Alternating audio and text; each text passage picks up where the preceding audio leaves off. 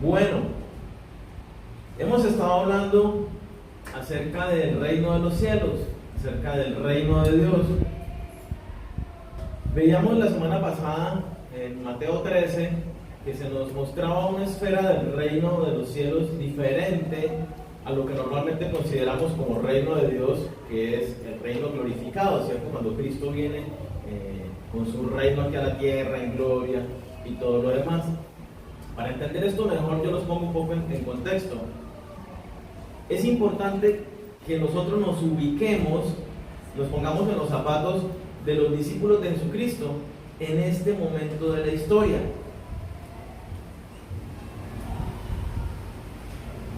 En este momento de la historia, hablo de la época de Jesucristo, se ha anunciado la venida de un rey. Todos los profetas en el Antiguo Testamento han anunciado la venida de un rey, cuyo reino será majestuoso y cuyo reino no tendrá fin, que va a cambiar, que va a liberar al pueblo de la opresión. Y Jesucristo vino. Viene Juan el Bautista en la escena y dice: prepárense porque el reino se acerca, el rey ya viene. Y Jesucristo llegó y Jesucristo vino como rey. Pero nos dice el Evangelio de Juan, capítulo 1, versículo 11, nos dice: a lo suyo vino y los suyos no lo recibieron. Jesucristo vino en cumplimiento a las profecías, pero el pueblo para el cual él venía como rey, ese pueblo lo rechazó y no lo aceptó. Entonces sucede algo bien interesante. ¿Qué pasa ahora? Porque, una vez más, el rey, ustedes son los discípulos de Jesucristo en la época de Jesucristo, ustedes saben que viene el rey, pero Jesucristo les empieza a decir: el rey va a ser rechazado. En vez de decir lo que yo voy a hacer como rey, que voy a implantar la paz y mi reino duradero y voy a romper las cadenas de la opresión, Jesucristo empieza a decir lo que las naciones y lo que el pueblo le va a hacer a él, cómo lo van a maltratar, cómo lo van a humillar, cómo lo van a matar. Tanto que Pedro le dice: no, Señor, que no suceda de esta manera.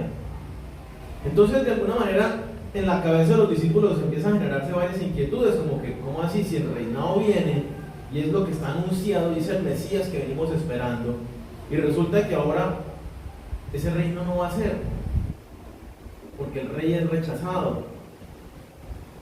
Yo quiero, si me quieren acompañar a Zacarías capítulo 12, nos da un poco de luz al respecto. Zacarías capítulo 12.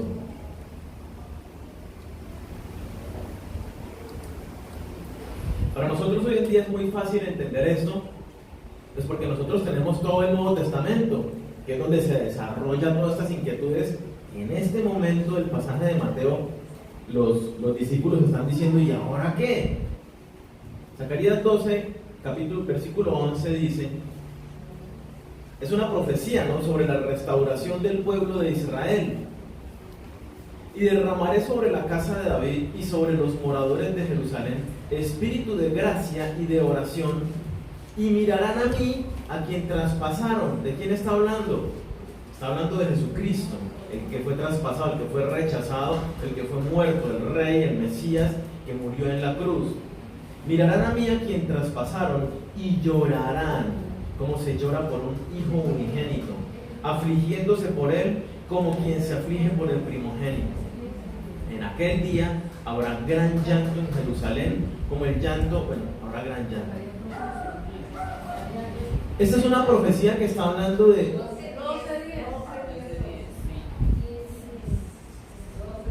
Sí, por eso. Bueno, ahí estaba.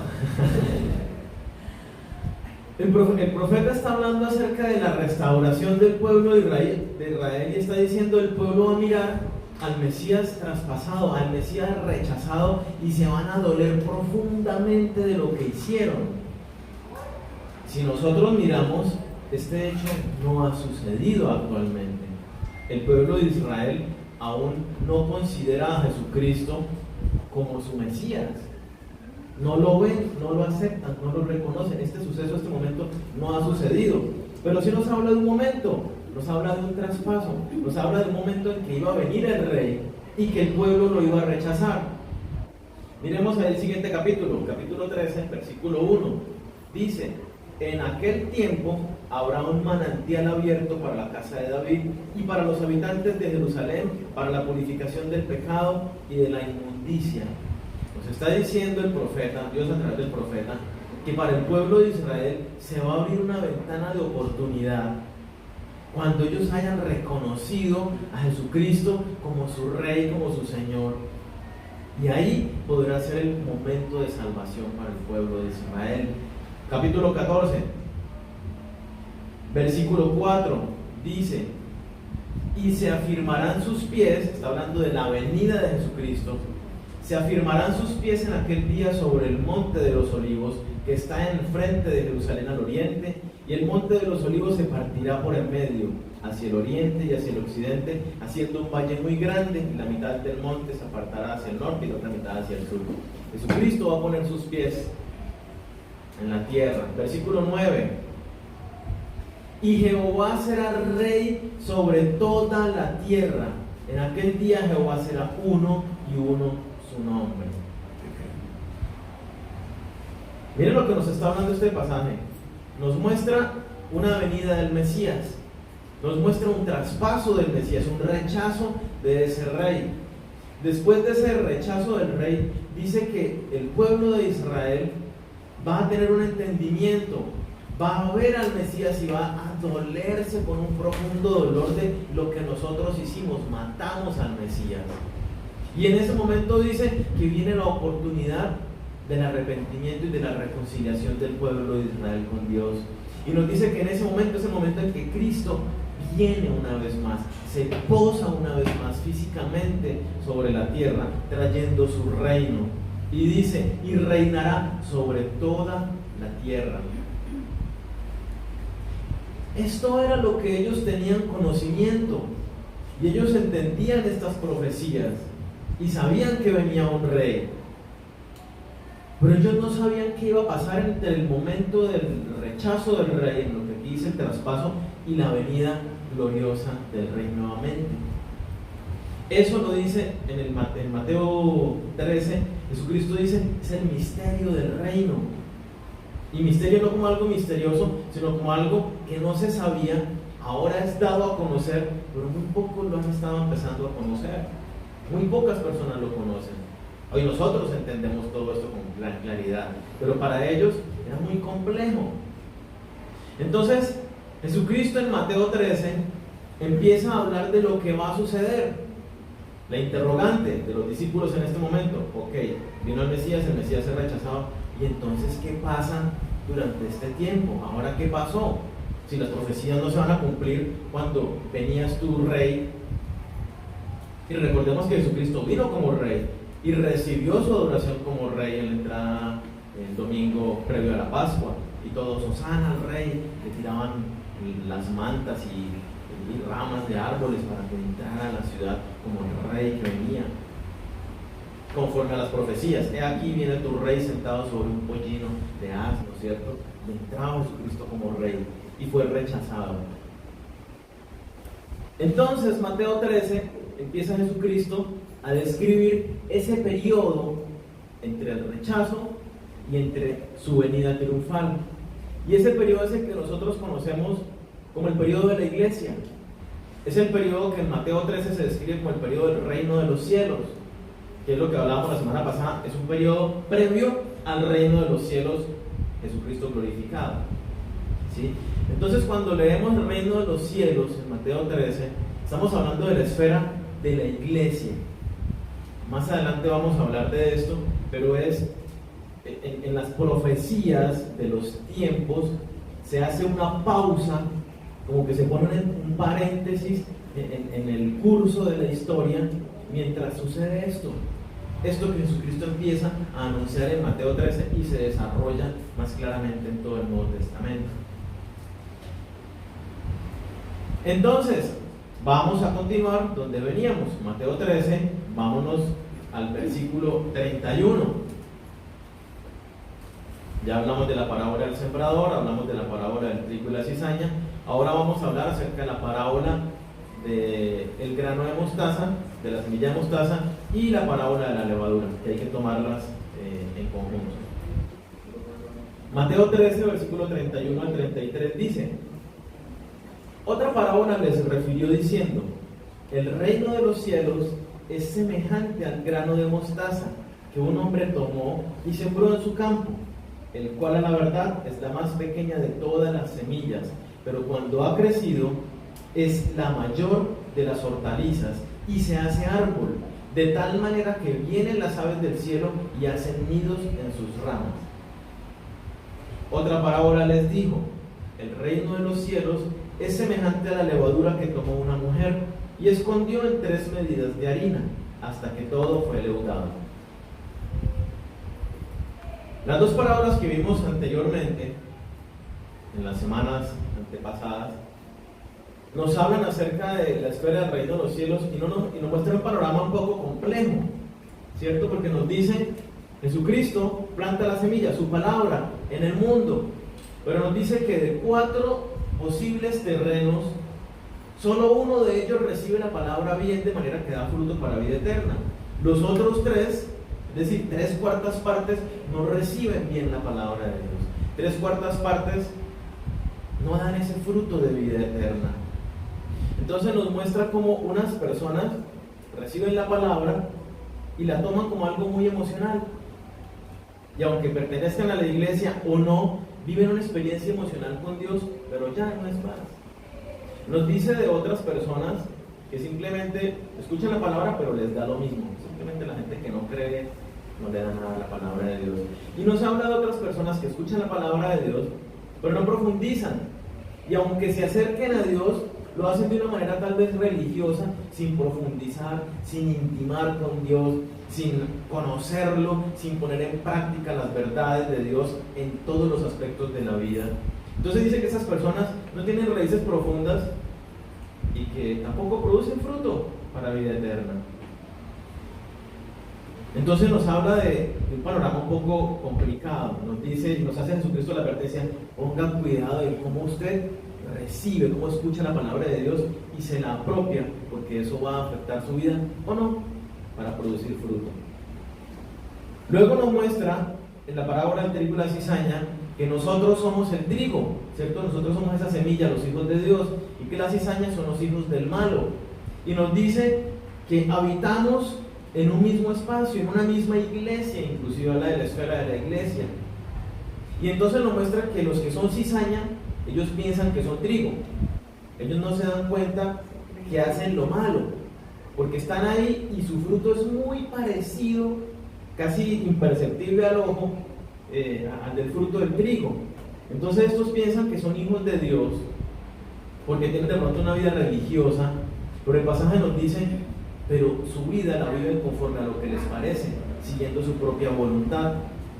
Entonces nos dice: estos son arrancados y echados en el fuego, mientras que el trigo es el que se recoge y se guarda en el granero del Señor. Entonces nos habla, estas dos parábolas nos hablan de una esfera antagónica. Lo bueno está junto con lo malo. La palabra cae en tierra buena y en tierra mala. Y nosotros estamos en medio de ese mundo antagónico. Lo bueno con lo malo, los hijos de Dios con los hijos del malo.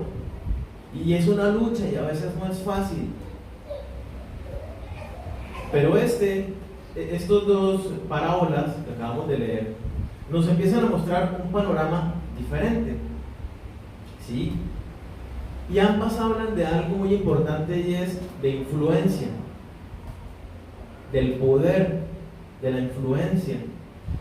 Dicen cómo empieza algo muy pequeñito y cómo termina siendo algo muy grande, ¿cierto? La semilla mostaza es la más chiquita y termina siendo el árbol más grande. La levadura, un poquitico y leuda toda la masa, que es bastante. Dice 3 medidas, es el equivalente a 22 litros de harina. Dice litros, no sé cuánto será en libras. Es una medida de 22 litros por capacidad, por volumen. Entonces, vamos al pasaje. Dice El reino empieza muy pequeño, es la semilla más pequeña de todas las semillas. Usted podrá pensar y decir, pero hay semillas más pequeñas. Pero es que Jesucristo está hablando de la semilla de hortalizas. Y cuando nosotros nos vamos a mirar un poco la botánica, las hortalizas, el grano de mostaza es la semilla más pequeña que hay. Es la más pequeña. El maíz, ustedes conocen el grano de maíz como es de grande. ¿Conocen la semilla de mostaza? El que no la conoce es un poco más grande que un grano de arena. Un poco más grande que un grano de arena es la semilla de mostaza. Las otras hortalizas, lenteja, frijol, maíz, tienen granos y su semilla es más grande. Jesucristo entonces nos dice, el reino de los cielos empieza muy pequeño. Quiero hacer aquí un paréntesis. Para nosotros a veces es un poco complejo entender las parábolas, pero es porque por la época en la que estamos. Justamente Jesucristo les habla por parábolas porque era un misterio, algo que no estaba conocido, una verdad espiritual, y quiere darla a conocer. Y la pone, parábola literalmente significa poner algo al lado para compararlo y tener un mayor entendimiento.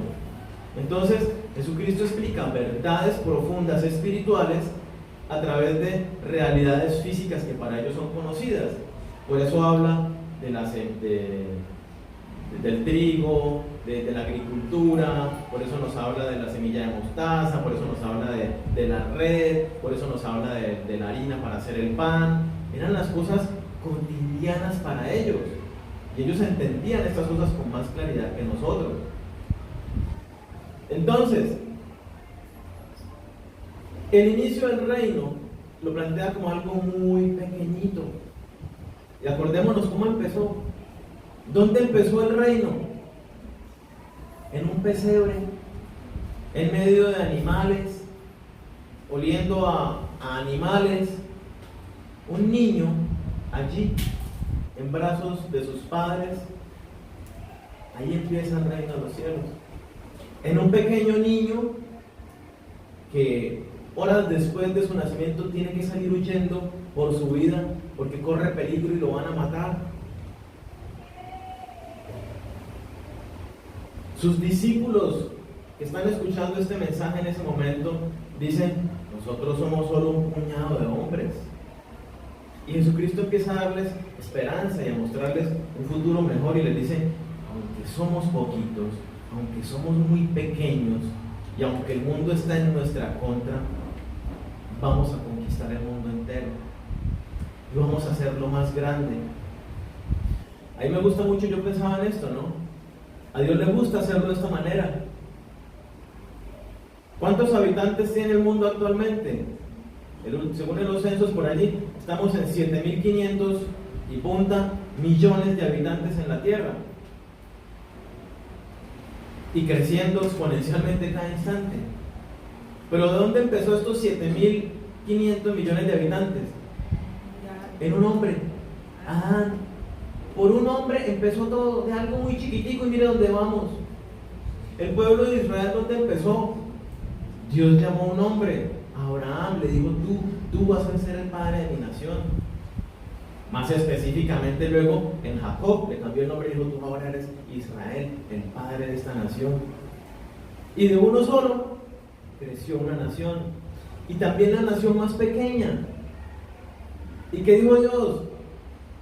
Yo te escojo a ti, Israel, porque eres la más pequeña entre todas las naciones, la más menospreciada, la que no tiene poderío. Porque a través de ti yo me quiero mostrar, a través de ti yo me quiero dar a conocer. No por tu grandeza y poderío, sino justamente porque eres pequeña, yo puedo mostrarme en tu poder. Y lo vemos, ¿no? Y eso es lo espectacular cuando uno mira el Antiguo Testamento, ve cómo Dios, a través de un ejército tan pequeño, siempre los lleva adelante y gana batallas y les da una cantidad de cosas sobrenaturales que para el pueblo de Israel por sus propias fuerzas hubiera sido imposible. Y de eso nos daban testimonio hace un momento. Dios es ese Dios de imposibles. En ese entonces, hoy y mañana es un Dios todopoderoso. que empieza con algo pequeño y se empieza a glorificar y a mostrar. Primera de Corintios 1:27 dice: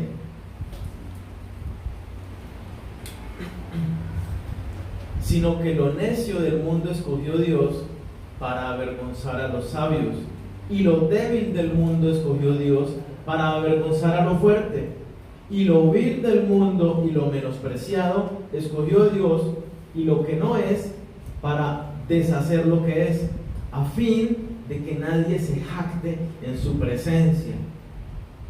Entonces me encanta porque Dios nos pega una aterrizada bien interesante, ¿no? Nos ubica. Nos dice: ¿tú te crees la gran cosa? Sí, yo sí me creo la gran cosa. Y Dios dice: bueno, si tú estás acá es porque no lo eres. Yo escogí lo vil, lo menospreciado del mundo. ¿Por qué? Una vez más, porque es Dios el que se quiere mostrar. Y si yo soy muy fuerte y por mi propia fortaleza puedo lograr cosas, pues Dios dice: yo ahí no me veo. Ahí te ves a ti con tu fortaleza, a ti con tu grande intelecto.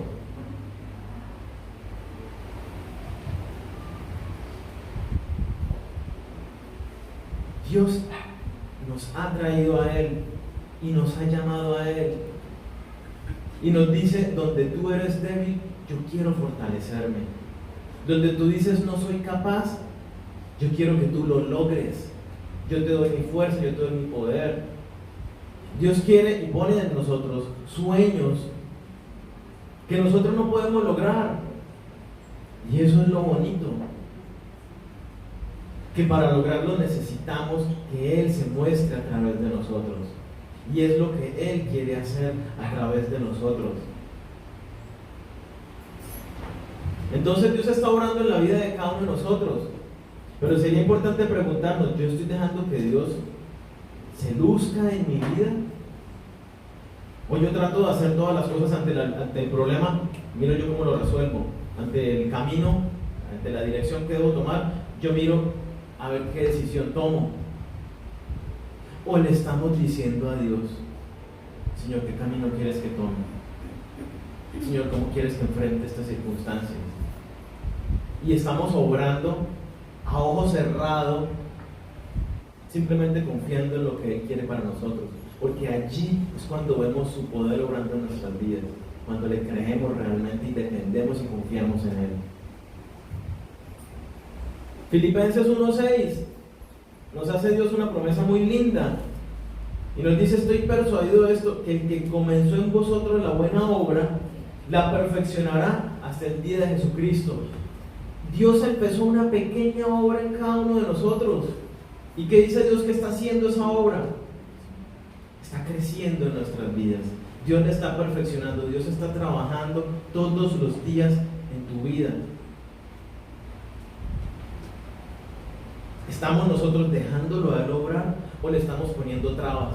¿Le estamos siendo estorbo al querer ser llevados de nuestro propio parecer? Al querer seguir el camino que nos plantea el mundo y no el que Dios nos plantea.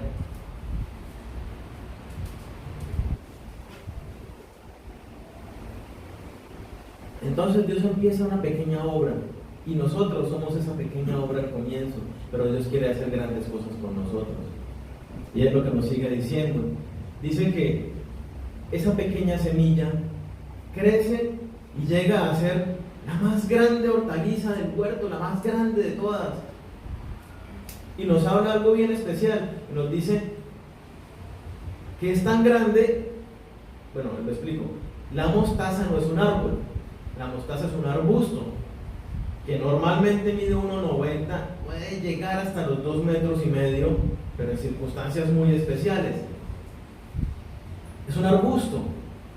Los árboles no hacen nidos en los arbustos, sino en los árboles. Las aves hacen nidos, no hacen nidos en los arbustos, sino en los árboles. Y nos está diciendo este pasaje que la semilla de mostaza crece tanto que llega a ser un árbol, de tal modo que vienen las aves y hacen nido y habitan en él.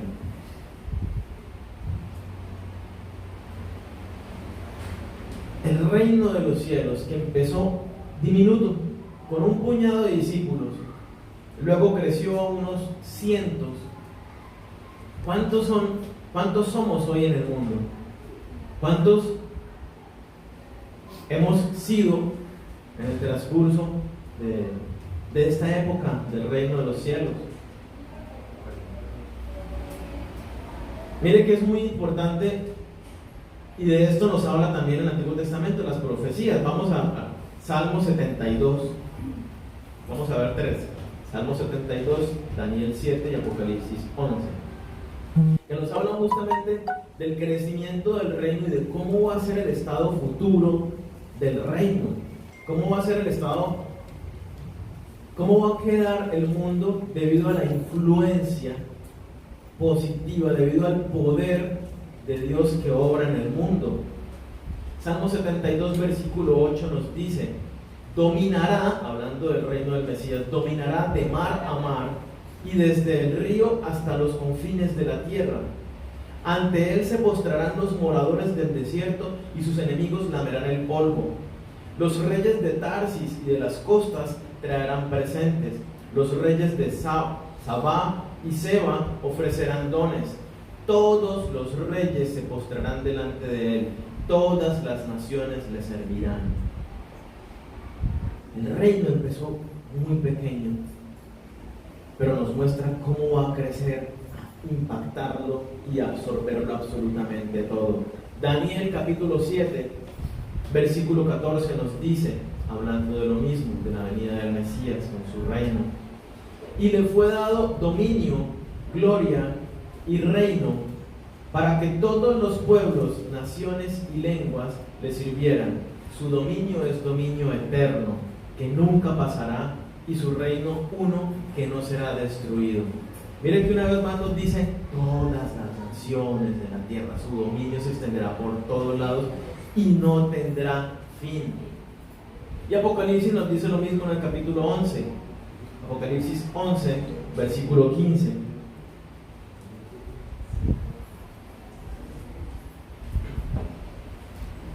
El séptimo ángel tocó la trompeta y hubo grandes voces en el cielo que decían: los reinos del mundo han venido a ser de nuestro Señor y de su Cristo, y Él reinará por los siglos de los siglos.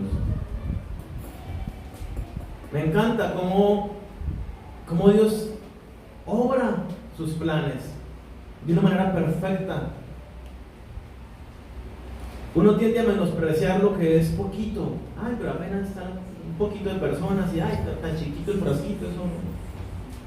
Pero también dicen, ¿no? Los frascos, que los perfumes caros vienen en perfumes.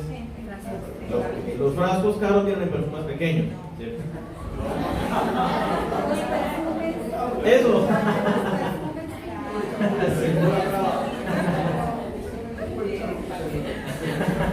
Los perfumes caros vienen en frascos pequeños. Bueno, ustedes me entendieron la idea. Confunden. Dios así hace las cosas. Empieza con algo pequeño, pero es que lo que importa no es lo pequeño, no es el tamaño, es el poder que obra de parte de Dios en eso pequeño. Es el poder de Dios que obra en el mundo actualmente y que está llevando a que hoy nosotros conozcamos de Dios y muchas otras personas conozcan de Dios, y que va a llevar en un futuro a que todo el mundo sea el reino de Dios. Es ese pequeño poder que empieza a obrar en la vida de cada uno de nosotros el que hace grandes cosas. Es la palabra pequeña que yo tal vez escucho, pero cuando la apropio viene todo el poder de Dios con su Espíritu Santo y rompe cosas en nuestro corazón, en nuestra mente, y hace que nazca el fruto que Dios quiere para la vida de cada uno de nosotros. Así lo diseñó Dios, un crecimiento imparable de su reino, un crecimiento imparable en nuestras vidas, de su plan y su propósito. Estas parábolas entonces nos llevan hasta algo que vamos a estudiar más adelante, en unas semanas más adelante, y es el milenio, ¿cierto? Va a venir Cristo con su reino físico, a establecerlo en la tierra, y va a reinar en la tierra físicamente con nosotros. estas parábolas nos hablan de esa época también. Y entonces si miramos en el mundo actual, uno a veces mira y dice, bueno, sí, pero estamos como lejos. Mire tanta maldad que hay. Y la corrupción. Y uno mismo trata de hacer cosas a la manera de Dios y no le sale. Y falla intentándolo. Y entonces uno también a veces se siente cansado. Como que desfallece, como que, pero yo lo he intentado. Y vienen pensamientos, ¿yo para qué sigo? Estoy más bien como engañando a Dios. Pero es que mire que yo tratando de hablar de Cristo y todo el mundo antes se burla de mí. Y mire que la gente sigue con sus cosas en el trabajo y tratando de pisotearlo a uno para sobresalir ellos. Dificultades, conflictos, problemas, y lo veíamos en las parábolas anteriores. Sentimos que no avanzamos. Pero Dios en estas parábolas nos da algo bonito y es la esperanza. Nos dice, confía, aunque tú no veas, es algo pequeño, yo estoy obrando y el fin va a ser todo. Nos dice, tú estás en el equipo ganador, nosotros somos victoriosos. Y le dice a los discípulos en ese momento, aunque somos poquitos y el mundo nos quiere matar y destruir, tranquilos, estas breves tribulaciones son pasajeras. La vida eterna que ustedes tienen es el reino por la eternidad, triunfo, reino glorioso sobre todas las naciones y todos los reinos sometidos a él.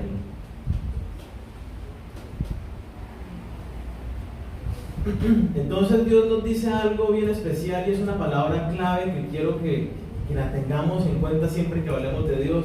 Gálatas 6, versículo 9 nos dice: no nos cansemos pues de hacer bien, porque a su tiempo segaremos si no desmayamos.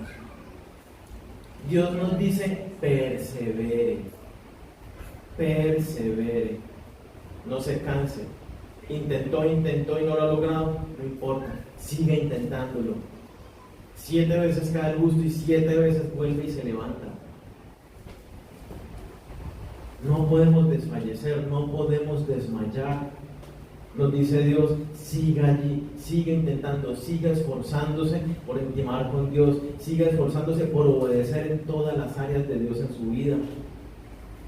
Que va a llegar el momento donde usted va a ver el fruto nacer en su vida, va a ver a Dios glorificándose en su vida, porque el poder de Dios está obrando allí, aunque usted no lo vea. Perseverancia, persistir.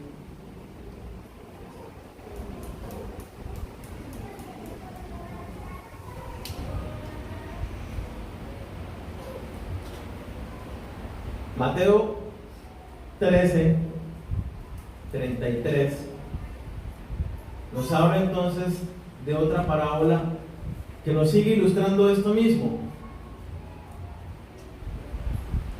pero vamos a complementarlo desde otros ángulos.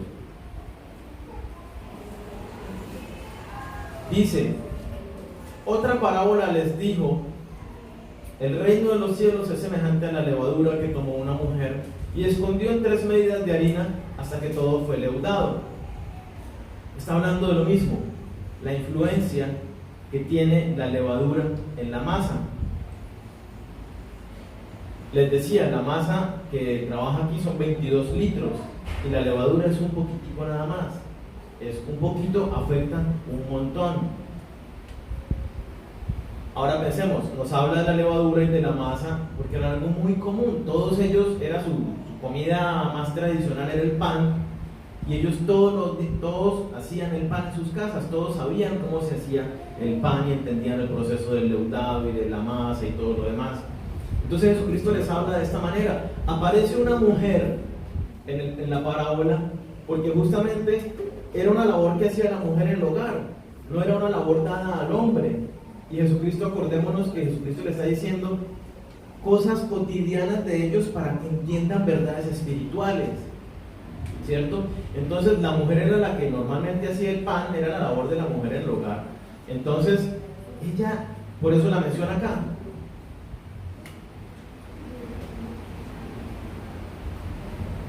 Ahora vamos a ver entonces el proceso del pan. Yo sé hacer pan, entonces hablo con propiedad, ¿cierto? Hago pan y me queda rico. Invite, bueno, un día de estos hago pan para los que se pone la Santa Cena.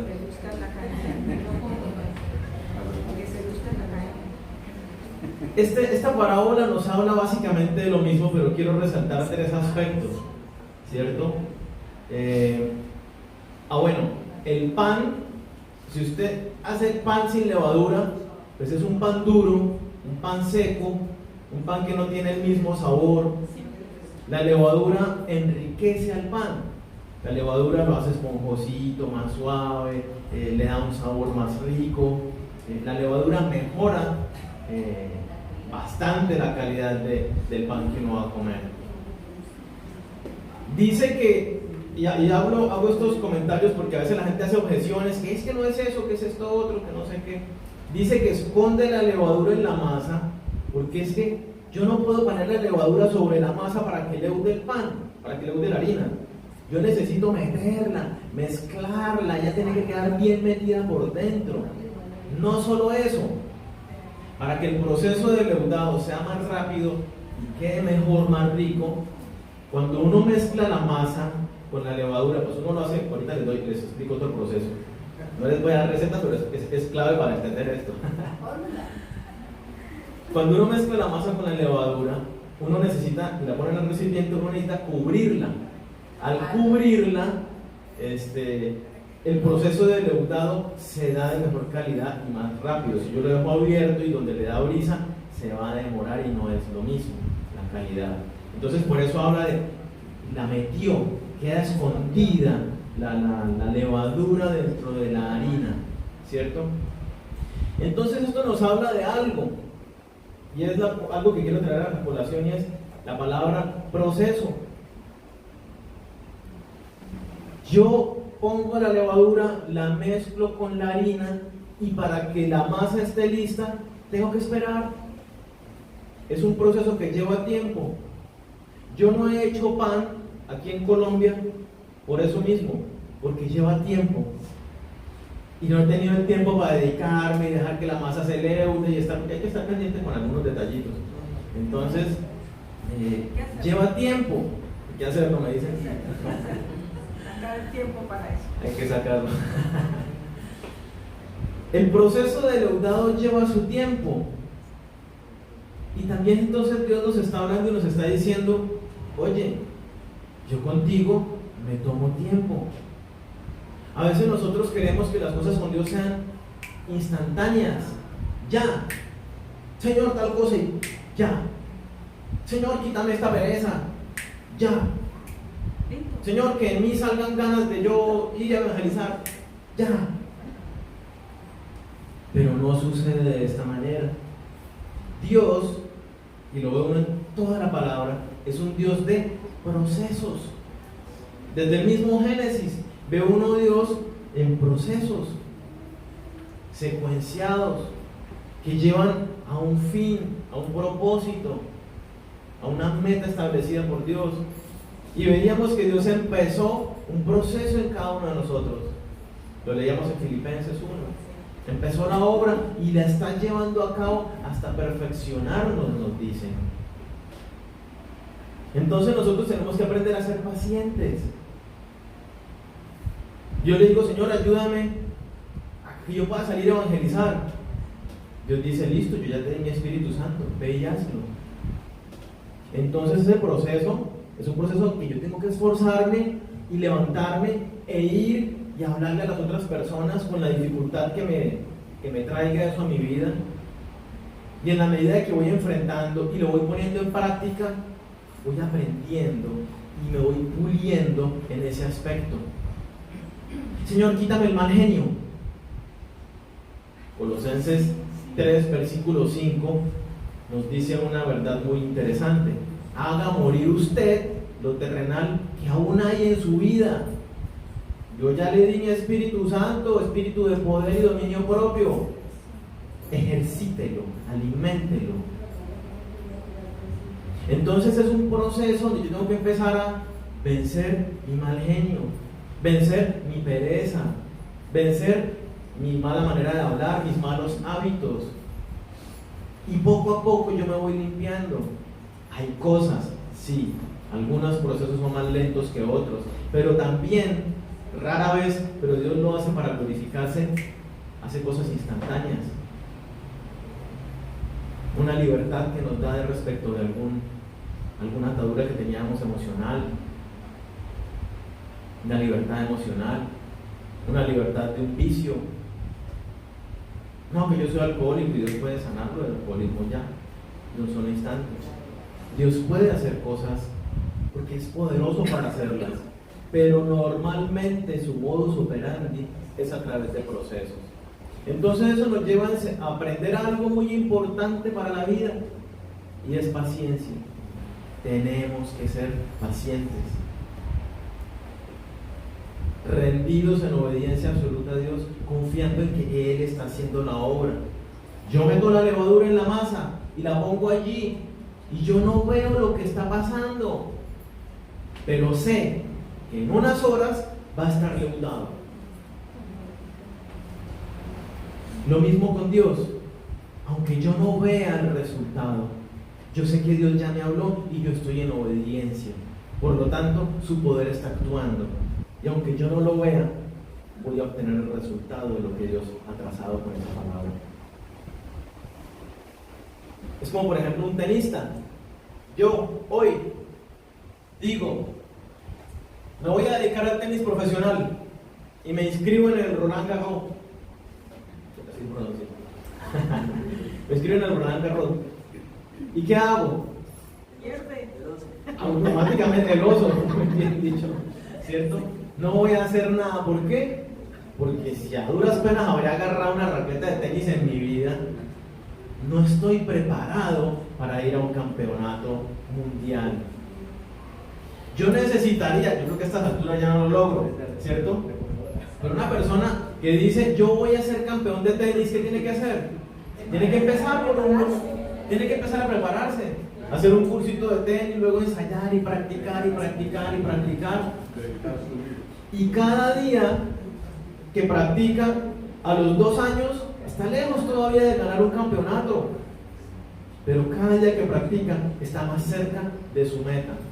Sigue pacientemente, esforzadamente, dedicadamente, entregado, confiando en que va puliendo sus habilidades. Con Dios sucede exactamente lo mismo. Necesitamos estar allí, en su palabra, obedeciendo cada día, pacientemente, confiando, hasta que veamos el resultado.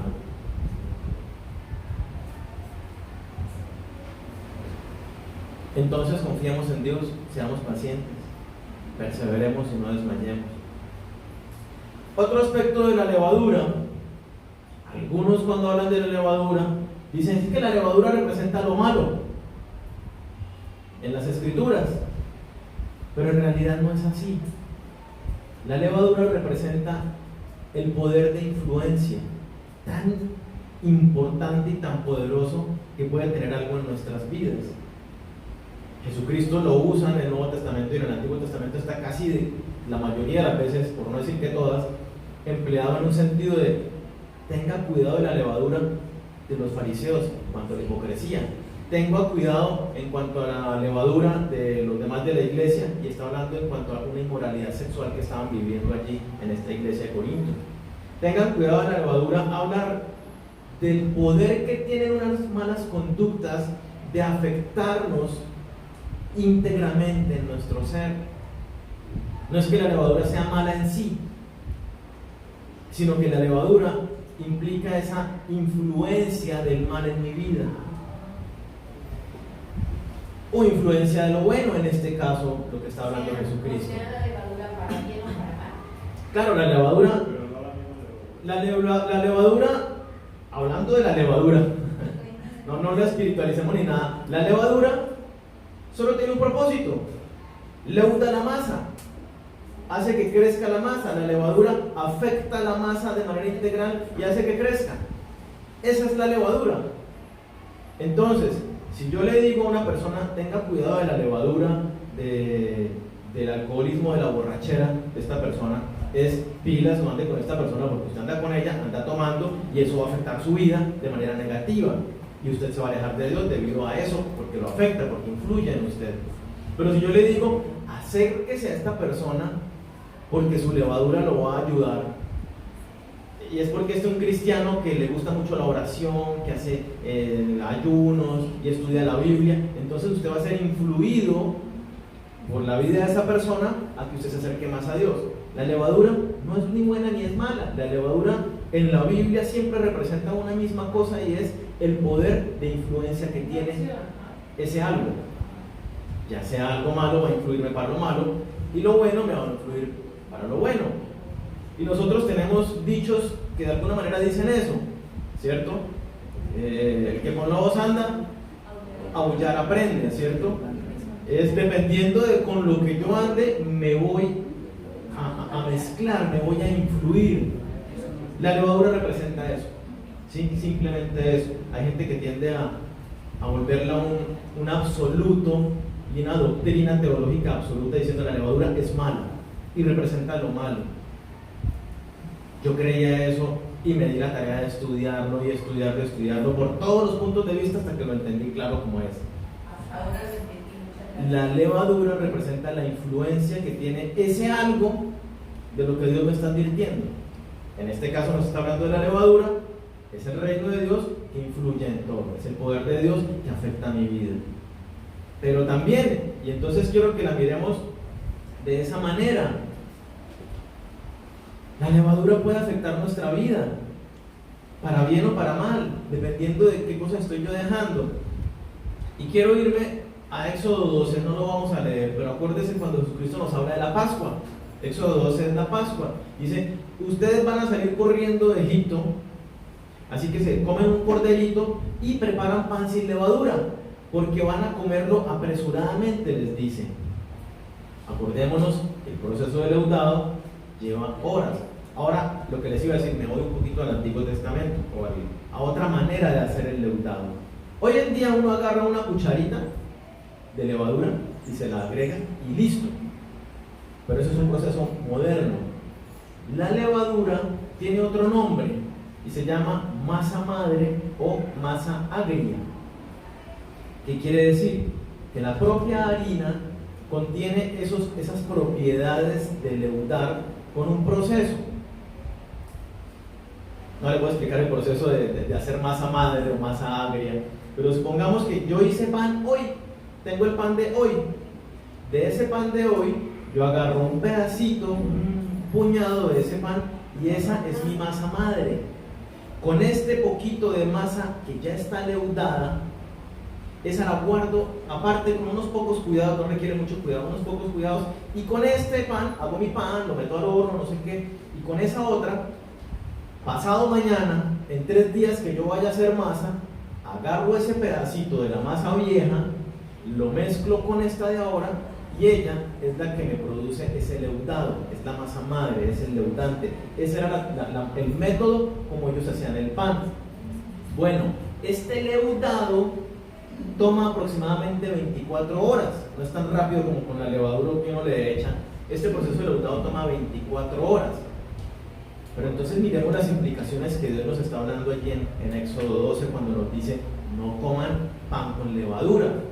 Uno, porque iban a salir rápido. Pero nosotros sabemos que Egipto representa la vieja naturaleza, el mundo, la naturaleza de pecado que debemos dejar atrás. Y Dios les está diciendo a ellos, ustedes van a dejar Egipto atrás y van a salir y yo los voy a llevar a una nueva vida, a una nueva naturaleza. Y Dios les está diciendo, dejen atrás lo viejo, la masa vieja. ¿Qué poder tenía? Influir en la masa nueva. Esa es la verdad que Dios nos está hablando y nos advierte también ahora con la masa. La levadura, ustedes ahora que aceptaron a Cristo son nueva criatura, son nuevas personas, nacidos de nuevo. Y entonces Dios nos dice, pilas, no use más la levadura vieja porque va a afectar la masa nueva. Su nueva naturaleza hoy como hijo de Dios va a ser afectada si usted sigue con las mismas costumbres, si usted sigue frecuentando los mismos lugares, si usted sigue viviendo conforme a su mismo parecer. Eso va a afectar su nueva naturaleza y la va a contaminar. Y Efesios 4, versículo 22 nos lo dice de una manera súper clara. Perdón, Juan. Efesios 4, versículo 22.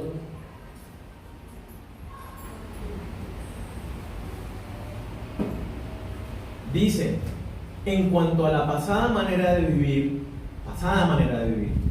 despojaos del viejo hombre, déjelo atrás, ya no use más esa masa vieja que lo va a influir hoy en día. Porque, y dice, ese viejo hombre está viciado conforme a deseos engañosos. Y entonces nos dice, renuévese en el espíritu de su mente y vístase del nuevo hombre creado según Dios en la justicia y santidad de la verdad. Yo debo dejar esas costumbres viejas, tal vez amistades, hábitos, lugares a los que voy, prioridades en mi vida que yo le daba antes de conocer a Dios, porque eso me va a afectar negativamente hoy en mi nueva naturaleza. Me dice, agarre la nueva naturaleza, la palabra de Dios, y que ella sea lo que lo influya y afecte su vida para dar el fruto que Dios quiere. Normalmente son cosas pequeñas en las que no nos damos cuenta y no le ponemos mucha atención. La levadura, ¿qué es? Es un poquitico que afecta un montón. Y son pequeñas cositas que nosotros dejamos pasar en nuestra vida. Son pequeñas cosas que, pero esto no le hace mal a nadie. Pero es que de vez en cuando, una vez al año no hace daño, como dicen. Y uno empieza a justificarse o simplemente no le pone cuidado.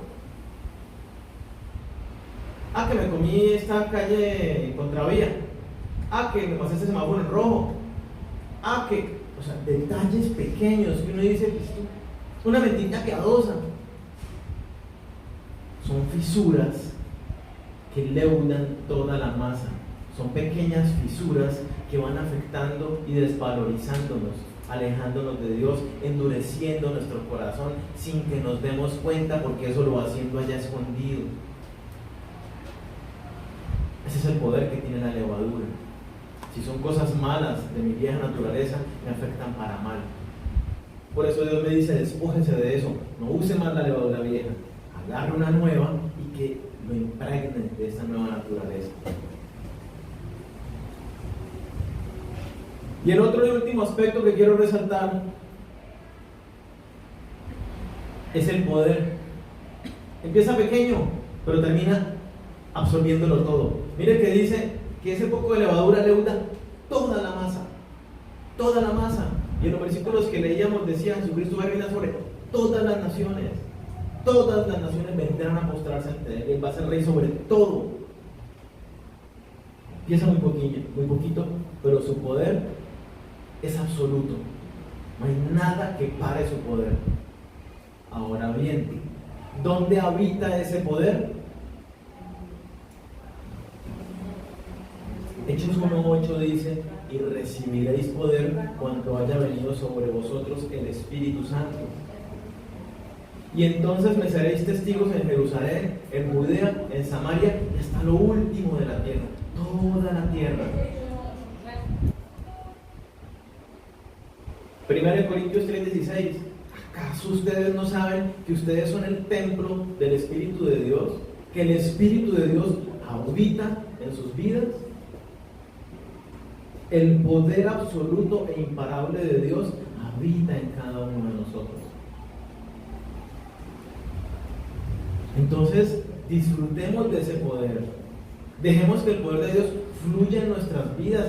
No sigamos contaminando nuestra vida con vieja masa, con viejos comportamientos, con viejas filosofías o hábitos. Renovémonos, dice la palabra. Ahora bien,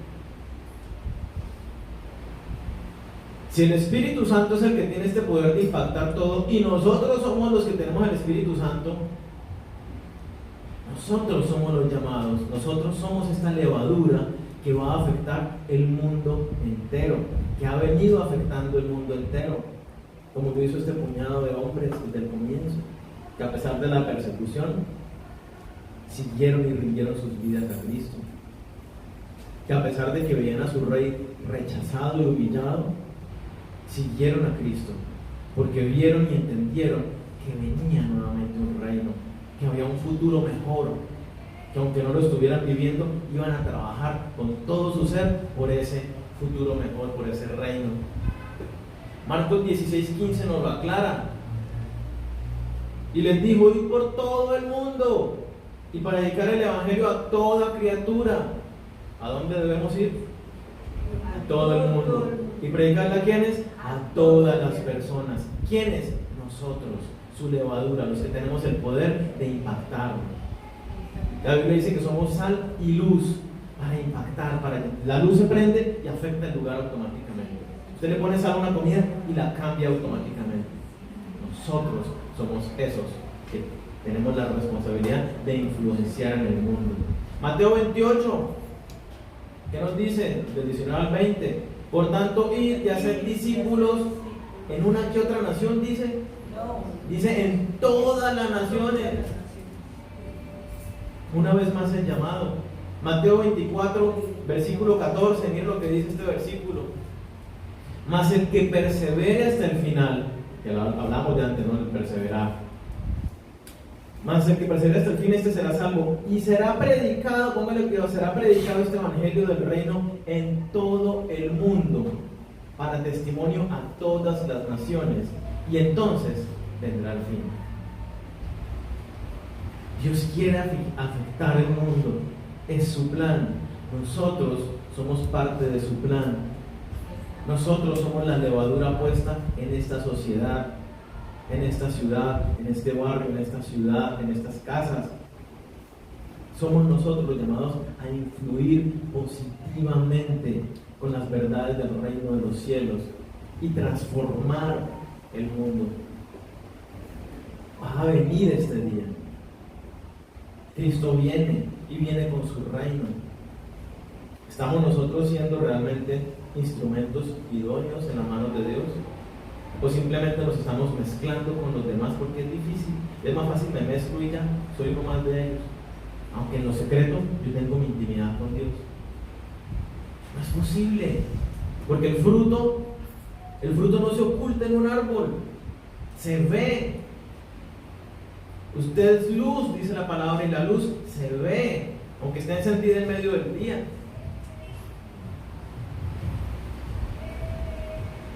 Entonces yo los animo y los invito a que lo que nos enseñan estas parábolas, la influencia de Dios en nuestras vidas, pero la influencia de nosotros también en medio del mundo.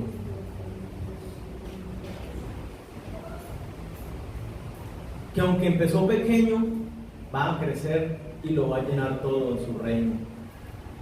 Que aunque pensamos que somos insignificantes, tal vez lo somos, pero Dios quiere glorificarse y hacerse grande a través de nuestras vidas. Sometámonos a Él, humillemos nuestros rostros, nuestros corazones, para que Él crezca en nosotros cada día más, para que se vea cada día más. Si usted se siente desfallecer, persevere. Acuérdese que somos parte de un reino mucho mayor de lo que actualmente estamos viendo. Aunque no veamos cómo Dios está obrando, Dios está obrando. Y pronto se acerca el momento donde viene con su reino glorificado y todos los reinos rendirán ante Él, todas las naciones vendrán ante Él. Debemos aprender a confiar en Él y ser pacientes de lo que sea que está haciendo Dios en nuestras vidas. ¿Qué procesos estás tú viviendo con Dios? ¿En qué áreas? Sométete a Él y no seas obstáculo a lo que Él quiere hacer en tu vida. Recuerde que el poder de Dios sobrenatural, que es imparable, habita en usted. Usted lo tiene. Y Dios está orando en usted. Déjelo moverse. Acérquese a Dios en intimidad. Conózcalo. Ríndase. Obedézcalo. Y va a ver el fruto. tenga cuidado de aquellas malas influencias, de aquellas pequeñas cosas de su vida que usted no se ha dado cuenta que pueden hacer un terrible daño.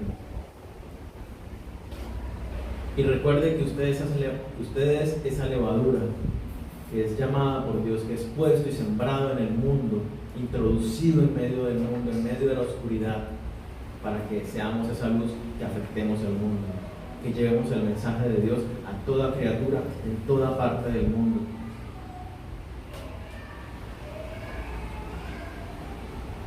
Oremos.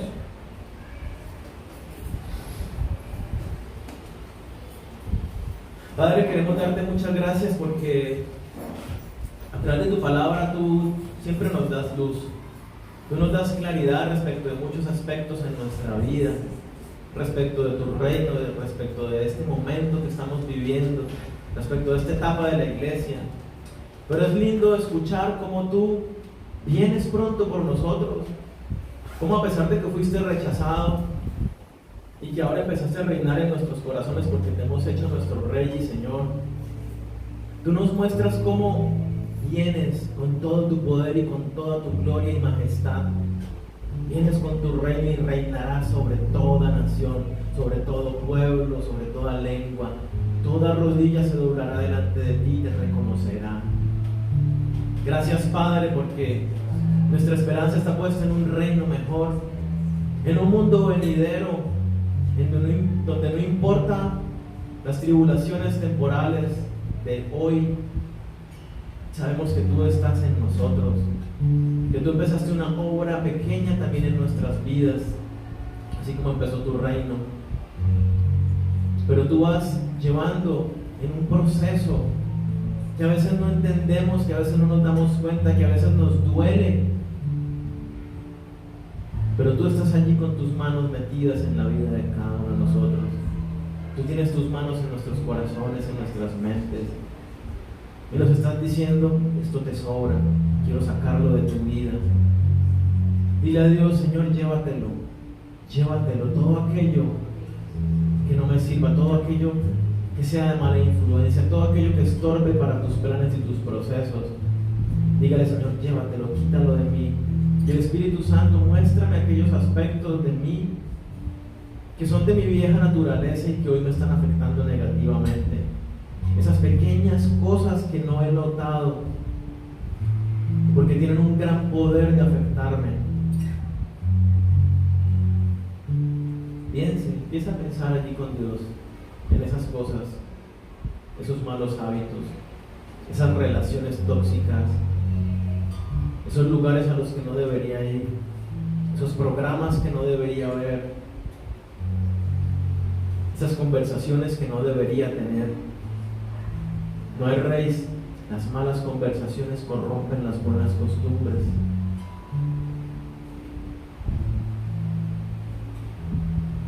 Gracias, papá, porque tú nos das luz sobre aquellas áreas grises en nuestra vida.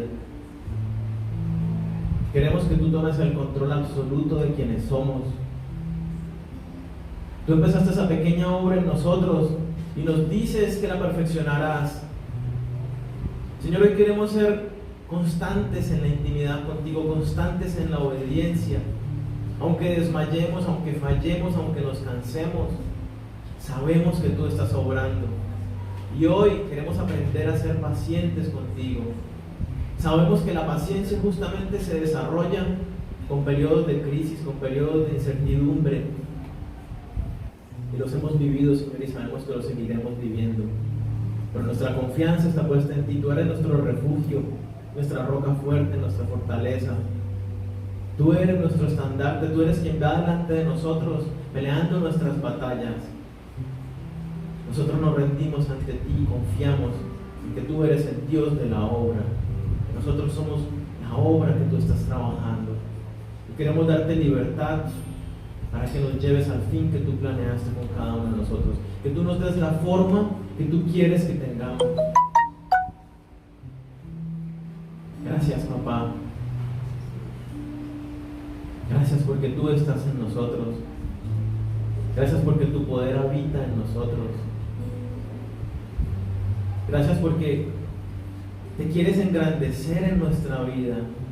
Y aunque no somos la gran cosa, tú nos dices, yo voy a hacerte la gran cosa, porque te voy a poner en alto para que alumbres a muchos más. Yo estoy haciendo una gran obra en ti, para que todos te vean y conozcan que yo soy tu Dios. Dile a Dios, yo no quiero ser más obstáculo a ti. No quiero anteponer mis propios pareceres. No quiero seguir llevando mi vida basada en lo que yo creo. No quiero seguir tomando decisiones sin antes venir a ti rendido, a que tú me des tu dirección, a que tú me muestres tu voluntad. Gracias, papá, porque tú me das tu precioso Espíritu Santo para descubrir tu voluntad. Gracias porque me dejaste tu palabra para tener claridad en cuanto a tu voluntad. Gracias porque tú te placiste en elegirnos a nosotros, lo vil y menospreciado, para avergonzar a lo sabio, a lo grande. Gracias porque nos tomaste como instrumentos para afectar e influir en la sociedad. Somos la persona que tú elegiste para influir en nuestra familia. Somos la persona que tú elegiste para que influyamos en nuestro lugar de trabajo, en nuestro lugar de estudios. Gracias, papá. No somos merecedores de este privilegio, pero tú lo dices, no es por nuestra fortaleza, por nuestro conocimiento, para que no tengamos de qué jactarnos, es por tu obra en nosotros. Gracias, papá. Ahora te pedimos que nos fortalezcas, que renueven nuestras fuerzas. Si hemos estado débiles, desfalleciendo en algunos aspectos, llénanos hoy con tu fuerza, con tu poder. Pon tus palabras en nuestra mente, en nuestro corazón, y llena nuestros labios para que salgamos a anunciar tu grandeza, para que salgamos a anunciar de ti tu salvación. Gracias, papá, porque somos esos agentes que queremos impactar e influir en el mundo. Gracias porque tu reino viene y es un reino eterno que gobernará sobre todas las naciones, sobre todo el mundo. Gracias, papá, por la esperanza que nos das. Confiamos en ti. Padre, de manera especial queremos elevar una petición por la vida de nuestro hermano Fabio, cuya hermana falleció anoche y su familia está con el dolor de la pérdida de un ser querido. Hoy te pedimos para que tú acompañes a esta familia, Señor, para que lo acompañes a él, para que seas tú trayendo tu consuelo, tu fortaleza, tu compañía en ellos y que ellos puedan descansar en ti, Señor. Igualmente ponemos en tus manos la vida de Glorita, para que tú la sigas fortaleciendo, la acompañes allí en su casa, a través de todas las demostraciones de afecto de su familia, de nosotros, su familia, en la fe, para que ella pueda verte a ti, Señor, y pueda también seguirte glorificando como lo ha estado haciendo en medio de estas circunstancias. Te pedimos por su pronta recuperación y que tú la guardes en todo este tiempo, Señor. Quedamos en tus manos y ponemos todos nuestros asuntos pendientes en ti, confiando en que tú te haces cargo de ellos. En el nombre de Cristo Jesús te lo pedimos. Amén.